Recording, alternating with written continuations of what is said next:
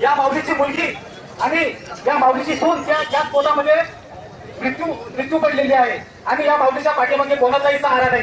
या आम्ही पाठपुरावा करून ग्रामपंचायतच्या माध्यमातून या माऊलीला घरकुलाचा मोदी आवास योजना अंतर्गत त्यांना लाभ दिला. पण आता यांचा पहिला हप्ता पडून 6-7-8 महिने झाले, परंतु यांना दुसरा हप्ता नाही. या माऊलीनं स्वतःच्या अर्धी जागा दुसऱ्याला देऊन फाउंडेशन बांधलंय आणि ही माऊली बरोबर फिरती आणि म्हणजे आम्हाला पैसे कधी पडतात त्याचे उपाय या माऊलीच्या चेहऱ्यावर दुःख पा.